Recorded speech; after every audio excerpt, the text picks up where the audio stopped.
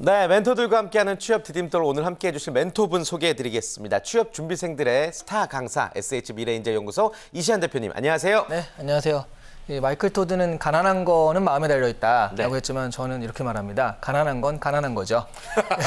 네. 가난한 거를 가난하다고 정확히 알고서 자신의 그러니까 상황을 정확히 알고서 그것에 맞춰서 준비하는 것이 오히려 미래의 부자가 되는 길이 아닐까 생각을 하기 때문에 현실을 좀 직시하는 것이 필요하다. 취준생들은 그렇게 좀 말씀을 드릴게요. 네. 이시안입니다. 늦었다고 생각할 때가 제일 늦은 거죠. 그렇죠. 그렇기 때문에 더더욱 많은 노력이 필요하다는 거, 현실을 직시하고 더 많은 노력이 필요할 것 같습니다. 자, 그리고 오늘 또 우리 이시안 대표님으로부터 도움 말씀 받으실 두 분의 멘티분 자리해 주셨습니다. 먼저 동국대학교 정치외교학과 졸업 예정인 김지연 학생, 안녕하세요. 네, 안녕하세요. 아까 취준생들 좀 마음이 비어있고 허할 거라고 얘기했는데 그게 바로 저거든요. 아, 그래요? 네, 그래서 요즘 한강을 많이 찾는데요. 네. 네, 오늘 잠매거진에서 그 비어있는 마음 좀 채우고 돌아가도록 하겠습니다. 그래요. 다른 뜻 있어서 찾는 건 아니죠. 그냥 아니에요. 운동하려고. 네, 치킨 먹으러, 치킨 먹으러. 치킨 먹으러. 네네. 그래요, 알겠습니다. 오늘 방송을 통해서 조금이나마 힐링하고 가셨으면 좋겠고요. 또 가천대학교 국어국문학과 졸업 예정인 이동익 학생도 자리해 주셨습니다. 안녕하세요. 네, 안녕하세요. 저는 아침에 이렇게 오프닝을 하면서 되게 이게 좋은 말이라고 생각을 했어요. 비록 통장 잔고는 부족하지만 그래도 제 마음이 이렇게 부자라면은 전 스스로 부자라고 생각할 수 있는 일이 아닐까 이렇게 생각을 했거든요. 왜냐면은 그 유명 이 연예계 사장도 그런 말을 했다잖아요. 여러분들은 제 돈이 부러우십니까? 저는 여러분들의 젊음이 훨씬 부럽습니다. 저는 이렇게 긍정적인 마인드를 가지고 오늘 또 열심히 방송 이어가 보겠습니다. 네, 좋습니다. 감사합니다. 자, 우리 두 분과 또 우리 이시안 대표님과 함께 다양한 이야기 오늘 나눠봤으면 좋겠고요. 오늘 어떤 주제로 이야기 나눠볼지 오늘의 주제 공개합니다. 네, 면접에서 승패를 가르는 결정적 15초입니다.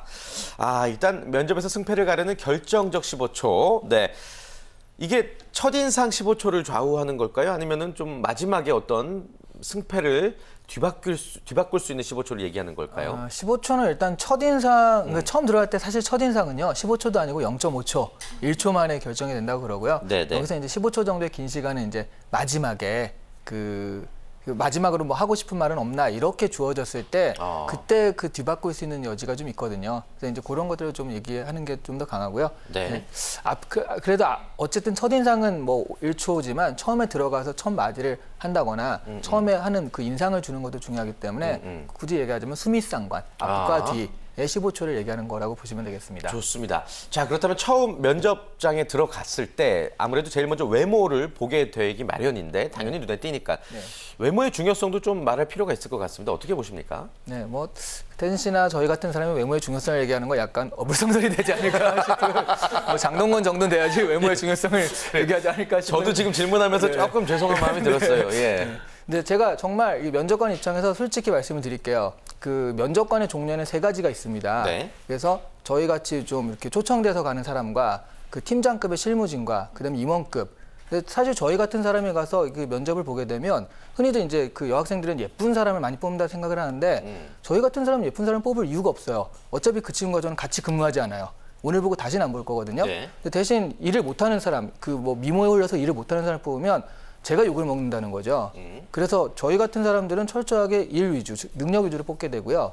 그 임원도 비슷하거든요. 임원도 결국에 직접 같이 뭐 일을 하면서 뭐 그런 건 아니기 때문에 능력 위주로 뽑게 되고 이제 바로 옆에서 일하는 팀장급이 좀 이왕이면 예쁜 사람 뽑지 않을까 생각을 하게 되는데 팀장은요, 이 친구가 일을 못하면 자기가 그 일을 뒤집었어요. 결국에는 능력 중심으로 될 수밖에 없는 것이 면접관의 모든 니즈가 그렇거든요. 그래서 이제 외모가 굉장히 중요하다고 생각하시는데 사실은 뭐 대미인에서 하는 뭐 그런 것이 아니라면 굳이 외모는 그렇게 중요하지 않습니다. 다만 이제 인상이라는 거 있죠. 예, 인상. 이 친구가 좀 싸움닭 스타일인가 아닌가. 뭐 그런 정도의 인상을 얘기하는 거지 외모의 어떤 유인을 가지고 뽑을 면접관 자체가 없기 때문에 외모가 취준생들이 생각하는 것만큼 그렇게 아주 큰 고민거리 아니라고 좀 말씀드릴 수 있겠어요. 그래요. 그렇기 때문에 뭐 성형수술이 절대적이 아니라는 말씀으로 또 연결해서 말씀드릴 수가 있을 것 같고 외모가 중요한 게 아니라 이제 호감을 줄 수 있는 인상이 중요하다는 거 이제 면접장에서의 첫 인상, 좀 강조해서 말씀드리겠습니다. 그리고 또 예의도 굉장히 중요하잖아요. 들어가자마자 막 타박 턱 앉으면 굉장히 예의 없어 보일 테고. 네. 근데 또 약간 오해가 있는 게 그게 안 봐요. 예의는 안 봐요? 아니 들어올 때 안 봐요.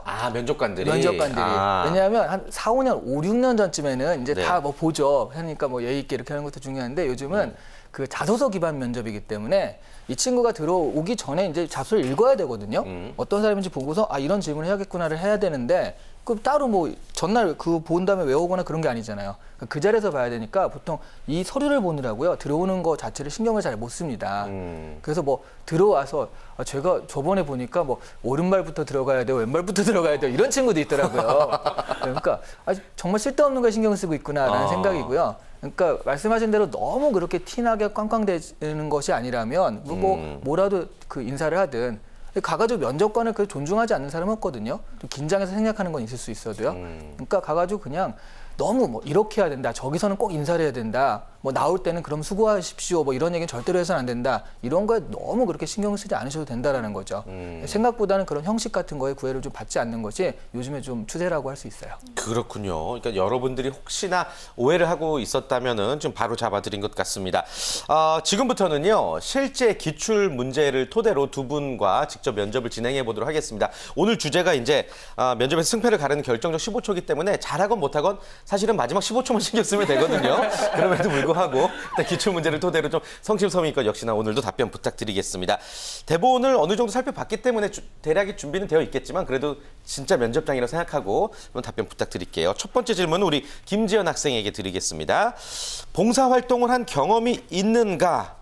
라는 질문입니다. 아무래도 배려나 공감을 어느 정도 갖고 있는지 보기 위함인데 자, 봉사활동을 한 경험이 있으십니까? 네, 저는 이제 보육원, 양로원 그리고 이제 시각장애인들을 위한 낭독 봉사까지 수많은 봉사활동을 경험을 했었는데요. 그 중에서도 가장 기억에 남는 봉사활동 경험이 바로 이제 보육원에서 있었던 일화가 있습니다. 네. 제가 친구들과 같이 보육원을 갔었는데 사실 보육원 측에서는 아이들과 정이 들면 마지막에 헤어지기 힘들기 때문에 아이들한테 상처도 될 수 있고 그래서 최대한 거리를 두게 하는데요. 사실 아이들 입장에서는 오랜만에 사람들이 이렇게 자기들 찾아왔다는 거는 굉장한 기쁨이거든요. 그래서 어떻게 이제 보육원 측에서는 못하겠지만 아이들이랑 정이 들 수밖에 없었고 이제 봉사활동 시간이 거의 끝나갈 무렵에 이제 아이들은 난리가 났죠. 가지 마라, 가지 마라 하면서 이제 울음바다가 됐는데 그때 저희가 아이한테 다음에 또 올게 라고 했을 때 아직도 그 4살짜리 여자아이가 기억이 나는데 온다고 하고 다시는 안 올 거잖아. 그 이렇게 어린아이가. 얘기를 하면서 울더라고요. 그래서 그 한마디 때문에 이제 친구들이랑 집에 돌아오는 버스에서 엄청 울었던 기억이 있는데요.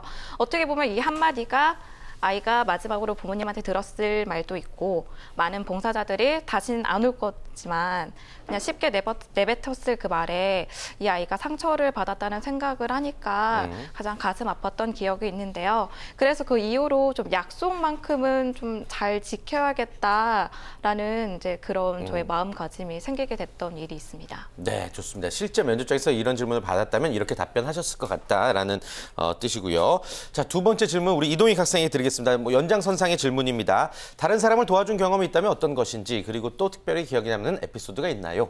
입니다. 저는 다른 사람을 도와준 경험이 있다고 생각을 하면은 일단 지하철에서의 어떤 일화가 기억이 나는데요.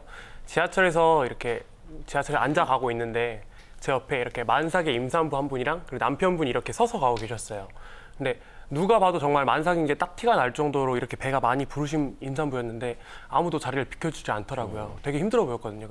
그래서 제가 마침 바로 옆자리기도 했고 그래서 제가 자리를 양보해드렸어요. 그래서 되게 얼떨떨해 하시면서 되게 고마워하시더라고요. 그래서 그걸 보고 아 진짜 임산부가 지하철에서 자리를 많이 안 비켜준다고 하는데 진짜 힘들겠구나 이런 생각도 좀 들면서 임산부의 입장을 좀 생각해 볼 수 있는 기회가 되었습니다.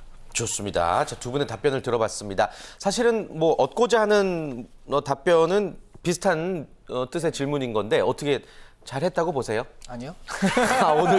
오늘도 예. 좋습니다. 아니, 그러니까 이게 취준생들이 착각하는 것 중에 하나가 이게 우리가 면접장에서 질문을 가정하고 하는 거잖아요. 면접의 질문이란 말이죠. 그럼 이 면접의 질문을 통해서 대답을 듣고서 이 친구가 우리 회사에 어울리는 사람이다 아니다를 판단하는 거지 착한 사람이다 아니다 뭐 이런 걸 판단하는 게 아니거든요. 네. 그랬을 때 지금 김지원 학생 같은 경우에는 뭐 자기가 그럼 어떤 측면에서 내가 이 회사에 어울린다라고 이 답변을 통해서 어필할 수 있는지를 모르겠어요.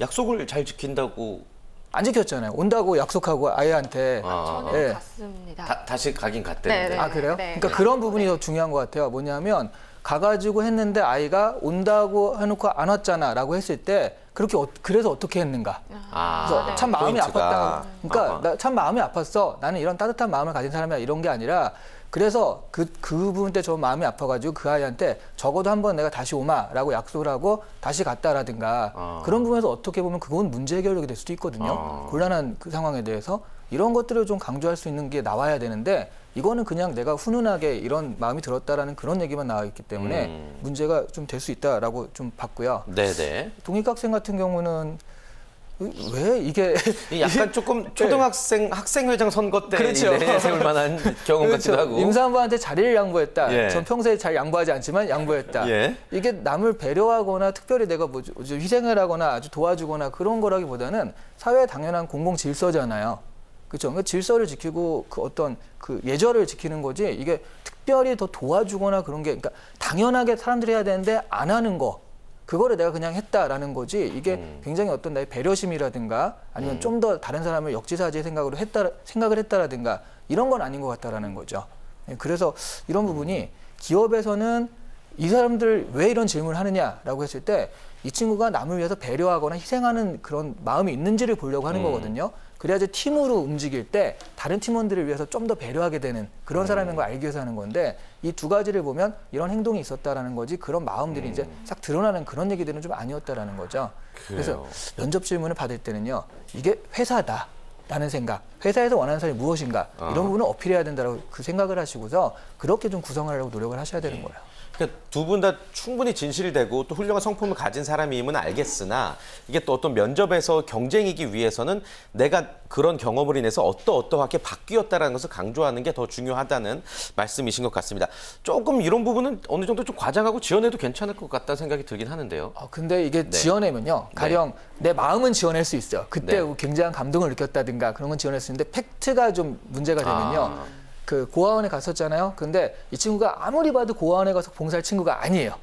딱 얼굴을 보니까 그런 친구가 아니야. 뭐 귀걸이 화려하게 했어요. 네. 뭔가 수상해요. 그러면 되게 디테일하게 물어봅니다. 네. 정말 너무하다 싶을 정도로 그 고아원 이름이 뭐였죠? 어디에 있었죠? 언제 갔었죠? 이런 식으로 취조당하는 기분이 들 정도로 물어보는 게 이 사람이 지금 팩트를 좀 왜곡하고 있구나라고 생각이 들 때 그렇거든요. 근데 거기서 어물쩡대고 실제로 갔었지만 기억을 못하거나 잊어버릴 수도 있잖아요. 또 어물쩡대고 그러면 이 친구는 거짓말하나라는 생각이 들면은 사실 그러면 말하는 것마다 거짓말이다라고 판단하면 판단할 수가 없는 거니까. 네. 그래서 이제 사실을 왜곡하는 건 정말 큰일 날 일이라고 말씀드릴 수 있어요. 그렇군요. 그러니까 사실을 왜곡해서는 절대 안 되고 이제 포인트를 어떻게 잡느냐가 더 중요한 것 같습니다. 자, 다음 시험에 또 들게 해드릴게요. 세 번째 질문입니다. 좀 인간관계라든지 어떤 매너나 공감 능력을 좀 알아보기 위한 질문 같은데 친구와 싸운 후 먼저 사과하는 편이세요? 라는 질문이 나왔다면 어떻게 답변하시겠습니까? 네, 저는 늘 먼저 사과를 하는 편인데요. 사실 제 성격이 좀 인간관계에 있어서 조금의 불편함이 있어도 잘 못 참는 성격이기도 하고 한번 크게 화가 났다가도 조금만 시간이 지나면 근데 내가 왜 화가 났지? 그러니까 이런 단순한 성격이어서 이제 제가 늘 먼저 사과를 하는 편인데요.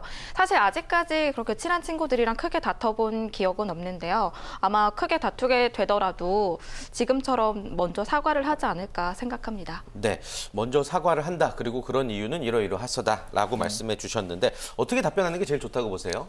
태진 씨가 좀 물어볼 때 이 질문은 매너나 배려, 공감 이런 것들을 물어보는 질문인가 싶다라면서 이렇게 그 질문을 했잖아요. 네네. 근데 저 질문에 대해서 지금 사실은 이 사과가 남을 위한 사과가 아니었다는 거. 내가 왜 화가 났지? 까먹는다든가 아니면 내가 마음이 불편하니까 사과를 한다든가 이런 거였다는 거죠. 그러니까 남을 위한 사과는요. 내가 정말 잘했고 내 정말 잘못이 없어. 하지만 그럼에도 불구하고 일단 먼저 사과를 한 다음에 내가 미안하다라고 사과를 한 다음에 그다음에 나중에 그런 마음들이 좀 풀렸을 때 굳이 따질 필요가 있으면 꽁냥꽁냥 따져보면서 어떤 합리성을 추구하는 그런 방향이 그 남을 위한 사과거든요. 근데 이런 부분은 지금 그 자기를 위한 사과인 것 같아요. 그래서 이런 배려의 마음이라든가 이런 걸 드러내기엔 좀 부족한 답변이었던 것 같아요. 그렇다면 이제 답변을 바꿔 나간다면은 상대의 이러이러한 기분을 잘 알기 때문에 나는 먼저 사과를 하는 편이다. 식으로 조금 고치면 좋을 것 같네요. 네, 그렇죠. 예, 좋습니다. 자, 동익 학생에게도 질문 드려보죠. 비슷한 질문 같습니다. 주변 사람들은 당신을 어떻게 평가합니까? 답변해 주시겠어요? 저는 본연의 할 일에 충실하다는 평가를 굉장히 많이 받습니다. 일례로 지난주에 아르바이트를 하러 갔었는데 그 아르바이트에서 어떤 직원분이랑 같이 둘이서 일을 하게 됐어요. 근데 두 명이서 일을 하다가 이렇게 막 얘기도 이렇게 몇 마디 나누면서 좀 친해지게 됐는데 그분이 저한테 어디 소속이냐고 물어보시더라고요. 그래서 저는 어디 소속이 아니고 아르바이트이기 때문에 사실대로 말씀을 드렸죠. 저는 소속이 없고 아르바이트생이다 이렇게 말씀을 드렸더니 깜짝 놀라면서 그러냐고. 전 직원인 줄 알았다고 이런 식으로 말씀을 하시더라고요. 그래서 저는 그분이 그렇게 하셨던 말씀이 왜 그렇게 저를 직원으로 생각하셨냐고 여쭤봤더니 너무 FM대로 일을 잘하고 또 너무 성실하게 하는 것 같아서 그렇게 생각했다 이렇게 말씀을 하시더라고요. 저는 약간 저의 그런 FM적인 기질이 좀 그렇게 저를 그렇게 보게 한 게 아닌가 이렇게 생각을 해서 답변하게 되었습니다. 좋습니다. 좀 나는 할 일에 충실한 편이다라는 것을 강조한 답변인데 어떻게 들으셨는지요? 네, 그 직원이 이제 아르바이트생이 아니라고 해서 깜짝 놀란 건 외모 때문이 아니었을까 하는 생각 들어. 학생은 전혀 아닌 것 같은데 그런 느낌 때문에 농담이에요. 네. 지금 하는 대답은요, 한 80% 괜찮았어요. 감사합니다. 네. 그러니까 뭐냐면 지금 여기서 이제 남이 평가하는 것에 대해서 나는 원리 원칙에 충실하고 FM도 이렇게 한다라는 그런 건 괜찮았는데 이게 주변 사람들이라고 했을 때 이렇게 지나다니다 잠깐 만난 사람보다는 친구라든가 이런 평가가 좀 더 세심하고 이 사람을 잘 아는 평가니까 친구의 평가라든가 이렇게 얘기하면 좀 더 그 신뢰성을 주지 않았을까. 근데 이게 또 함정이 뭐냐면 취준생들이 친구의 평가를 할 때 말도 안 되는 평가를 한다고 하거든요. 친구들은 저를 볼매라고 부릅니다. 볼수록 매력 있는 사람이란 뜻이죠. 누가 친구가 볼매라고 불러요, 그거를. 그 말도 안 되게 지어내는 이런 것보다 훨씬 나은데요. 대신 좀 친구가 좀 아주 현실적이지만 어쨌든 이런 형식의 평가를 해주면은 그리고 그 직원한테도 이런 얘기 들었다라고 한다면 이 친구는 이런 사람이 맞구나라고 해서 좀 괜찮은 얘기가 될 수 있을 것 같습니다. 좀만 발전시키면 될 것 같아요. 네, 좋습니다. 자, 두 분의 답변에서 이제 개선을 어떻게 해야 되는지 좀 연구하시면 좋을 것 같고 다음 질문 바로 또 이어가 보죠. 우리 지현 학생에게 질문 드리겠습니다. 본인의 삶에서 가장 자랑스러운 일은 무엇이었습니까? 라는 질문입니다. 어떻게 보면은 대놓고 자랑하세요라는 시간일 수 있거든요. 중요한 질문 같습니다. 어떻게 답변하시겠어요? 네, 저는 지금의 저를 만든 제 인생의 8할을 경험이라고 이제 이야기를 하고 다니는데요.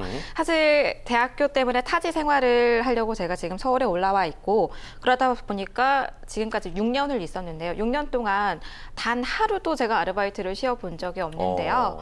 좀 정말 다양한 분야에서 일을 해봤는데 일단은 국회의원 사무보조도 했었고요. 핸드폰 가게에서 전산을 만지고 뭐 식당, 학원 강사 정말 많은 분야에서 일을 했었는데요. 이렇게 다양한 사람들과 일을 하다 보니까 저한테 일단 생긴 게 눈치라는 게 생겼어요. 그러니까 인간관계에 있어서 눈치도 있지만 내가 어떻게 일을 했을 때 어떤 결과가 나오고 어떻게 해야 내가 빨리 적응을 할 수 있을까라는 이런 눈치가 생기게 되었는데요. 사실 처음에는 다른 애들처럼 놀고 싶기도 하고 해서 아르바이트를 할 수밖에 없는 환경이 많이 속상했었는데 지금 다시 돌이켜 와서 생각을 해보면 지금의 이런 장점을 가진 저를 만들어준 게 바로 이 경험들이잖아요. 그래서 저는 제 인생에서 가장 자랑스러운 일이 바로 이 6년간의 경험이라고 생각합니다. 네, 좋습니다. 다양한 경험을 자랑스럽게 생각하고 있다. 어떻게 들으셨나요? 저 지원 학생이 그러더라고요. 이게 올 때 긴장이 된다. 해서 좋은 얘기 들어본 적이 없기 때문에 오늘은 또 무슨 욕을 먹을까. 그러니까 평가받는 기분이 사실 좀 부담스럽죠. 긴장이 된다라고 하는데 그것도 지금 보니까 약간 눈치를 계속 보는 것 같네요. 눈치를 풀어드리기 위해서 오늘 이 대답은 좀 괜찮은 것 같습니다. 감사합니다. 다양한 경험이라는 게 어디 가서도 뭐 자랑할 만한 게 뭐 핸드폰 가게에서 일한다거나 그게 자랑할 만한 일이 아닌데도 불구하고 그런 것들을 하나의 자랑거리, 난 이런 다양한 경험을 했다라고 할 수 있는 것 자체가 되게 긍정적인 삶의 자세 같은 것도 보여줄 수 있거든요. 굉장히 괜찮은데 근데 전반적으로 딱 이렇게 들어보면 지원 학생 같은 경우는 굉장히 자기중심적인 게 좀 있는 것 같아요. 그래서 뭘 해도 나의 경험 그런 것들 이런 것들을 통해 가지고 아마 좀 형성되지 않았을까. 그래서 자신의 어떤 중심을 잡는 건 굉장히 좋은데 그런 면에서 남을 위한 배려가 좀 떨어질 수 있으니까 지금 이런 에피소드는 자기를 중심을 이렇게 하고 아까 배려의 에피소드 같은 경우는 남을 좀 중심으로 두고 해서 그 밸런스가 잘 맞는 사람이라는 걸 강조하는 게 좀 좋을 것 같아요. 네, 좋습니다. 조금만 더 손보면 좋을 것 같네요. 그 답변에서 좋습니다. 자, 그리고 6번째 오늘 이제 준비한 질문 우리 동익 학생에게 앞선 질문과 조금 연결된 질문인 것 같기도 해요. 아르바이트를 한 적이 있다면 그렇다면 어떤 아르바이트가 가장 기억에 남습니까? 라고 질문을 했다면 어떻게 답변하시겠습니까? 저는 정말 저도 많은 아르바이트를 했는데 그중에 가장 기억에 남는 아르바이트를 꼽자면 어떤 이렇게 일을 하면서 단기 아르바이트를 했는데 그 직원들이 저를 너무 많이 칭찬을 해주시는 거예요. 그래서 나는 내가 이렇게 칭찬받을 일을 안 했다고 생각을 하는데 나를 굉장히 좋게 봐주시구나. 거기까지 좋았어요. 근데 그 이후에 대표님께서 저를 따로 부르시더라고요. 따로 부르셔서 이렇게 아메리카노 딱 한 잔 건네시면서 내가 직원들한테 들었다 이런 얘기를, 네가 일을 잘한다는 얘기를 들었다. 혹시 우리 회사에서 정직원으로 일해볼 생각이 없느냐 이렇게 물어보시면서 저한테 되게, 저로서는 되게 고액의 연봉을 제시를 하시더라고요. 저는 잡지사라는 확실한 꿈이 있잖아요. 그래서 그 순간에 좀 고민을 하기도 했는데 그래도 저는 제가 하고 싶은 일이 있기 때문에 좀 힘들 것 같습니다. 그런 식으로 고사를 한 적이 있습니다. 그래서 그 이후에 좀 이런 경험을 바탕으로 스카우트를 받은 적이 있다 이런 식으로 이력서에 써놓으면 아르바이트를 지원할 때도 연락이 잘 오더라고요. 네, 좋습니다. 저 개인적으로는 그게 어떤 일을 하는 아르바이트인지를 답변해서 같이 추가로 얘기했으면 더 좋은 점수 받았을 것 같은데요. 태진 씨가 이거 오래 하다 보니까 저도 눈치가 빨라졌으니까 진짜로. 아니 네. 정말 제가 정말 얘기 드리는데 웬만한 전문가보다도 좀 더 현실적이고 예. 학생들 얘기를 많이 듣다 보니까 그런 것 같아요. 고맙습니다. 근데, 예. 갑자기 태진 씨를 평가하고 있네. 동익학생 같은 경우는 이게 되게 이제 겸손하게 얘기도 잘하잖아요. 근데 얘기를 들어보면 다 지자랑이에요. 이것도 사실 아르바이트 한 적이 있으면 어떤 아르바이트 기억에 남습니까? 라고 한다면 보통은 지금 얘기한 대로 아르바이트 난 이런 걸 해봤고 이런 걸 통해서 이런 걸 알게 되었다라든가 이런 게 나와야 되는데 아르바이트를 뭘 했는지는 지금 전혀 모르겠고요. 했더니 아까도 결국 그 전에 했던 것도 했더니 평가가 좋았다. 이것도 했더니 평가가 좋아서 연봉을 제시했다. 뭐 이런 식의 얘기들. 그러니까 실제로 여기서 물어보는 거는 아르바이트를 통한 경험이 너한테 너의 삶에 어떤 자양분이 되었는가. 그래서 너는 어떤 사람이 되었는가라고 하는데 이거는 결국 나는 이렇게 대단한 사람이야라고 이런 걸로 끝나고 있어서 사실은 이 질문에 대한 답이 아니에요. 그거 이제 태진 씨가 좀 돌려서 얘기한 것뿐이고요. 그러니까 이런 걸 첨가하는 게 좋지 않겠느냐라고 하지만 실제로 그게 주가 돼야 되고 지금 얘기는 굳이 더 간다면 부가 되어야 된다는 그런 문제라는 거죠. 그렇군요. 구체적으로 어떤 일들을 했는지 그런 부분에서 내가 무엇을 얻었는지가 좀 더 답변의 포인트가 돼야 될 것 같습니다. 자, 그리고 드디어 방송 시작 25분 만에 오늘의 주제를 제대로 다뤄보도록 하겠습니다. 오늘의 주제가 이제 면접에서 승패를 가르는 결정적 15초잖아요. 앞서 말씀해 주신 것처럼 이제 수미상관, 그중에서도 좀 뒷부분에 어떤 역전 홈런을 칠 수 있는 기회가 바로 이 15초인데 실제로 마지막에 하고 싶은 말 있습니까? 라고 물었을 때 말 잘해서 합격한 사례들도 있죠. 네, 그러니까 현실적으로는 네. 제가 아는 친구 하나는 그 되게 오징어 멘트. 면접관님, 제 눈을 봐주십시오. 이 회사에 들어오고 싶어도 이글이글 불타는 눈이 보이지 않으십니까? 그치, 오글거린다. 뭐 이런 식으로요. 예. 아주 어린 여학생이었는데 네. 그 여학생이 정말 이걸 참아가면서 했다라는 것에 점수를 준 것 같아요. 네. 그 전에 별로 이렇게 자기는 잘 못했다고 하는데 그런 것들도 있고요. 그 방송인 전현무 씨 같은 경우도 전현무 씨. 마지막에 그 할 때 뭐 여기까지 마지막 하고 싶은 말 없나 했는데 별로 이제 분위기가 안 좋았대요. 그래서 네. 떨어졌구나 생각을 했는데 여기까지 오느라고 그동안 저는 여기까지 오는 게 너무 만족스럽습니다. 사실 하나도 만족할 수 없는 사람이거든요. 좀 더 그 욕심이 좀 있어서 해야 되는 사람인데 만족합니다라고 얘기를 한 거예요. 그래서 왜? 그랬더니 여기까지 오면서 주변 사람들이 너무 저를 많이 도와주고 사람들이 많이 챙겨주고 하는 것들에 제가 참 사랑받는 사람이구나 그런 감사한 마음이 들어서 그런 계기가 돼가지고 여기까지 온 것에 만족합니다라고 해서 자기가 그러는데 그게 전략적으로 한 말이래요. 그러니까 나는 사람들과의 관계도 이렇게 좋고 자그마한 것도 감사할 수 있는 사람이다. 그러므로 나는 이런 성정도 있다라는 걸 알려주기 위해서 그런 식으로 얘기를 했다고 그러더라고요. 그래요? 네, 이런 거가 마지막에 홈런을 치는 하나의 그 비결이 되는 거죠. 저도 좀 짧게 좀 얘기를 네네. 드리자면은 제가 출연하고 있는 프로그램 중에 하나에 그 십몇 년 전에 이제 오디션을 봤는데 네.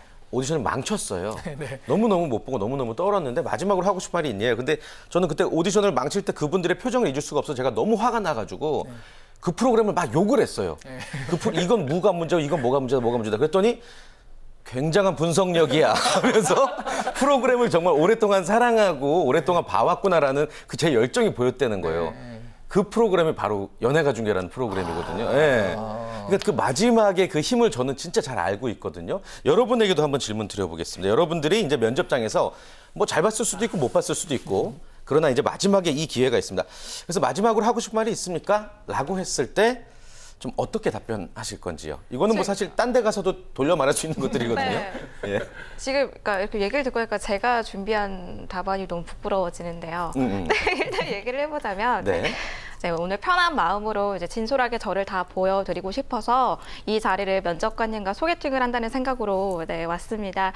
소개팅에서 상대방이 마음에 들면 애프터를 하지 않습니까? 그래서 오늘 제가 보여드린 저의 첫 인상과 저의 뭐 경험 그리고 회사에 대한 생각이 면접관님께 잘 전달이 되어서 꼭 애프터 받고 싶습니다. 네, 아주 애교 넘치게 좋은 표현 아닐까 싶은데요. 원래 그 면접관들 나이 드신 분들은 또 이런 거 좋아하지 않습니까? 45세 부장님이 좋아할 만한 그래요. 일단 동희 씨 얘기도 한번 들어보죠. 마지막으로 하고 싶은 말 있어요? 라고 했을 때. 제가 좋아하는 표현, 영어 표현 중에 right people이라는 말이 있습니다. 저는 이 right people이라는 표현이 되기 위해서 무던한 노력을 해왔다고 저는 자부할 수가 있습니다. 이 자리에 있는 것도 면접관님께서 그 점을 알아봐 주셨기 때문에 저는 이 자리에 있을 수 있는 것이라고 생각을 하고요. 그렇기 때문에 만약에 제가 이 회사에 입사를 할 수 있다면은 저는 정말 이제까지 쌓아온 저의 노력을 이 회사를 위해서 모조리 쏟아부을 수 있겠습니다. 단 만약에 면접에서 떨어진다면은 저는 이 회사가 저를 알아보지 못한다고 판단을 하고 다시는 이 회사에 지원하지 않겠습니다. 좋습니다. 두 학생이 약간은 좀 다른 스타일로 이야기를 했는데 어떻게 하는 쪽이 좀 더 안정적일까요? 둘 다 너무 짠듯한 당연하죠. 방송을 위해서 준비한 멘트니까 예. 짠듯한 느낌이 좀 많이 나서 그렇긴 한데요. 둘 중에 하나를 굳이 꼭 뽑아야 된다라고 한다면 저는 동익 씨가 좀 더 나은 것 같아요. 왜냐하면 지현 씨는 애교가 넘치긴 하는데요. 그래서 어쩌라고 하는 그러니까 마지막 아까 전현무 씨 얘기를 잠깐 한 것도 결과적으로 그걸 통해서 자신의 어떤 장점을 어필하는 계기로 삼은 거거든요. 근데 지현 씨 같은 경우에는 그 자신의 장점이 어필이 안 되고 있어요. 그냥 훈훈한 정리 멘트인데 동익 씨는 끝까지 나는 여기에 대한 열정이 있다라고 자신의 어떤 장점과 돼야 될 이유를 계속 이제 그 어필을 한 거니까 저런 부분이 조금 더 나을 수 있다라고 말씀드릴 수 있을 것 같아요. 네, 좋습니다. 결론을 내보면은 끝까지 열정을 보이는 쪽이 좀 더 유리할 것이다. 네. 마지막에 15초에도 자신이 어필할 것을 끝까지 알아봐 달라라고 외치는 것이 하나의 그 좋은 전략이 된다라는 거죠. 네, 좋습니다. 자, 오늘 멘토들과 함께하는 취업 디딤돌 면접에서 승패를 가르는 15초에 대해서 알아봤습니다. 오늘 대표님과 또 두 학생이 나눈 이야기를 통해서 여러분들에게도 많은 도움이 됐길 바라고요. 함께해 주신 세 분과는 여기서 인사 나누겠습니다. 고맙습니다. 네, 감사합니다. 네, 고맙습니다. 감사합니다.